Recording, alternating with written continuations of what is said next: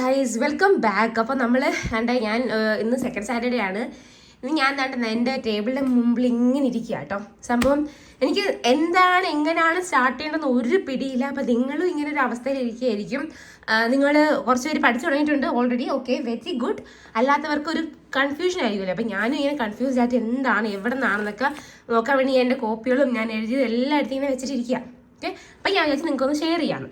അപ്പം നമുക്ക് ഒരു കൺഫ്യൂഷൻ കാണില്ല. അപ്പം നിങ്ങൾ അങ്ങനെ ഫുൾ കൺഫ്യൂസ്ഡ് ആയിട്ടിരിക്കുവാണെങ്കിൽ നമുക്കത് സെറ്റ് ആക്കാം.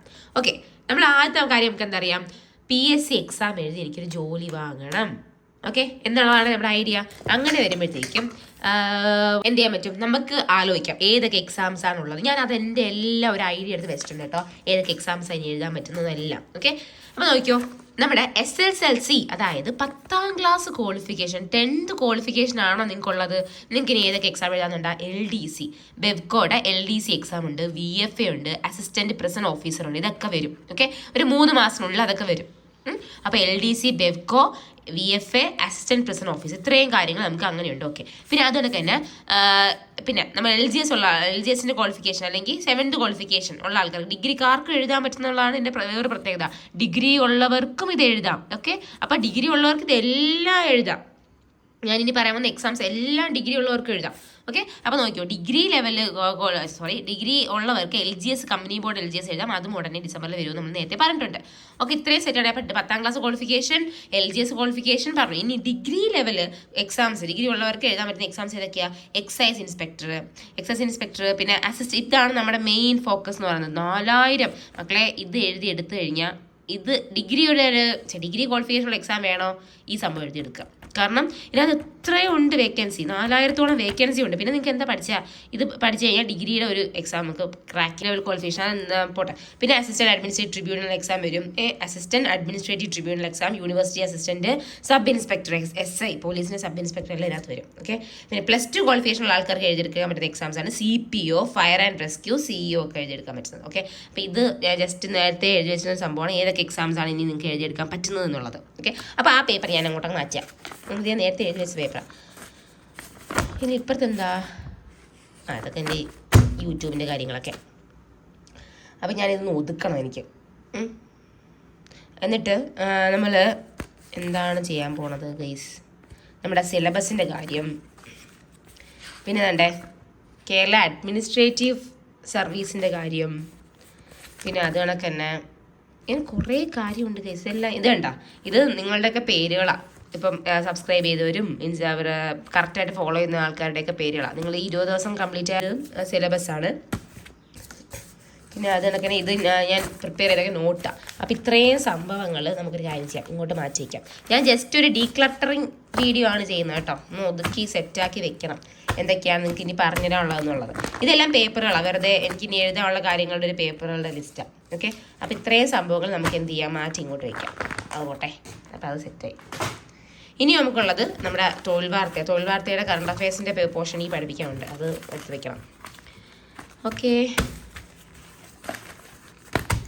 അതിപ്പോൾ അത്രയും നമുക്ക് സെറ്റാക്കണം. പിന്നെ അത്രേ ഉള്ളൂ. ഇതാണ് മെയിൻ പ്ലാൻ. ഇനി ഇവിടെ എല്ലാം ബുക്കുകളാണ്, ഫുള്ള് ബുക്കുകളാണ്. ബുക്കിൻ്റെ നടുക്കാണ് ഇരിക്കുന്നത്. നിങ്ങൾ വിചാരിക്കണം അയ്യോ PSC പഠിക്കാൻ എത്രയോ വേണോ ചേച്ചി, അങ്ങനെയൊന്നും വിചാരിക്കണം. ഇത് PSC മാത്രമല്ല, ഇതുവരെ പഠിച്ചതും കാര്യങ്ങളും എല്ലാത്തിൻ്റെയും കൂടെ ചേർന്നിട്ടുള്ള സംഭവമാണ്. ഓക്കെ, അപ്പം ഞാൻ പറയാൻ പോകുന്ന കാര്യം, നമുക്കൊരു കാര്യം ചെയ്യാം. മൺഡേ, ഇന്നിപ്പം ഞാൻ ഈ വീഡിയോ അപ്ലോഡ് ചെയ്യാം, എന്തെങ്കിലും ആയിക്കോട്ടെ, വീഡിയോ അപ്ലോഡ് ചെയ്യുന്നുണ്ട്. ഞാൻ ഇനി ഒരു വീഡിയോ വൈകിട്ടിടും. അതിനകത്ത് കറക്റ്റായിട്ട് നമ്മൾ ഈ വരുന്ന തിങ്കളാഴ്ച, എന്ന് വെച്ചാൽ നാളെ ഞായറാഴ്ചയാണ്, മറ്റന്നാൾ തൊട്ട് നമ്മൾ പഠിക്കാൻ പോകുന്ന കാര്യങ്ങൾ. മറ്റന്നാൾ തൊട്ട് നമ്മൾ എന്തൊക്കെയാണ് പഠിക്കാൻ പോകുന്നത്, കറക്റ്റായിട്ട് നിങ്ങൾക്ക് ഏതൊക്കെയാണ് റെഫർ ചെയ്യേണ്ടത്, ഏത് എക്സാമിനാണ് നമ്മൾ പഠിക്കേണ്ടത് എന്നുള്ള കാര്യങ്ങളെല്ലാം ഡീറ്റെയിൽ ആയിട്ട് ഞാൻ സിലബസ് വ്യക്തമാക്കി പറഞ്ഞിട്ട് ഏതൊക്കെ ഏരിയാസ് ഇമ്പോർട്ടൻസ് കൊടുക്കണം എന്നുള്ള കാര്യങ്ങളൊക്കെ പറയാം. പിന്നെ അതിൻ്റെ അടുത്ത ആഴ്ച SCRT-യിലോട്ട് നമുക്ക് സ്റ്റാർട്ട് ചെയ്യാം. ഇപ്പം ഞാൻ റാങ്ക് ഫയൽ വെച്ചിട്ടാണ് നിങ്ങൾക്ക് പറഞ്ഞു തരുന്നതൊക്കെ, റാങ്ക് ഫയലും തൊഴിൽ വാർത്തയും. എന്നിട്ട് നമുക്ക് SCRT അടുത്ത ആഴ്ച ഞാൻ തപ്പിയെടുക്കാൻ ശ്രമിക്കാം.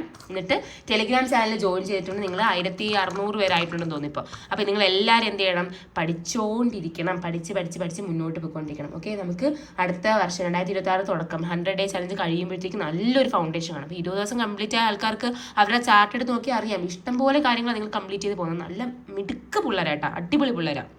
കാരണം ഞാൻ വിചാരിച്ചില്ല ഇത്രയും ആൾക്കാർ അതിനെ കൂടെ ഫോളോ ചെയ്തു തോന്നുന്നു.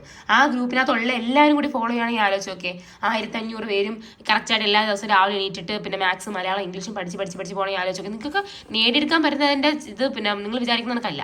അപ്പം ഞാൻ ഇന്നിരുന്ന് ചെയ്യാൻ പോകുന്ന കാര്യങ്ങൾ ഞാൻ ജസ്റ്റ് ഒന്ന് പറഞ്ഞേക്കാം. ഇന്നിരുന്ന് ഞാൻ ഒന്ന് എൻ്റെ പേപ്പറൊക്കെ എടുത്ത് വെച്ചിട്ട് ഈ അടുത്ത ആഴ്ച എന്തൊക്കെയാണ് നിങ്ങൾക്ക് പറഞ്ഞു തരേണ്ട കാര്യങ്ങളെല്ലാം ഒന്ന് എഴുതി സെറ്റാക്കി വെക്കും. അപ്പം നിങ്ങൾക്ക് ഏതെങ്കിലും ടോപ്പിക്കുകൾ ഇൻക്ലൂഡ് ചെയ്യണം, ഇതിനെക്കുറിച്ചൊന്ന് പറഞ്ഞു തരണമെന്നുണ്ടെങ്കിൽ എനിക്കൊന്ന് കമൻറ്റ് ചെയ്യണം. ആ കമൻറ്റിൽ നിന്നായിരിക്കും ഞാൻ ഏത് ടോപ്പിക് എടുക്കണം എന്നുള്ള തീരുമാനത്തിലെത്തുന്നത്.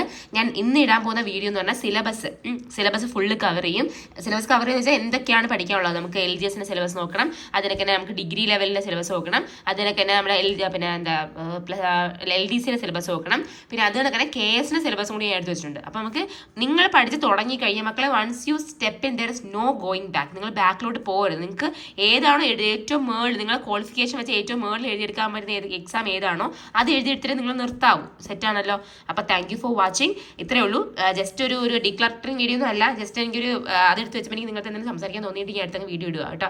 അതുകൊണ്ട് കീപ് വാച്ചിങ്. ഞാൻ ഉടനെ വീഡിയോ ഇടും. അതിനകത്ത് കറക്റ്റായിട്ട് എന്തൊക്കെയാണ് എപ്പോഴൊക്കെയാണ് പഠിക്കേണ്ടതെന്ന് ഞാൻ അപ്ലോഡ് ചെയ്യും. Okay, bye, Tata.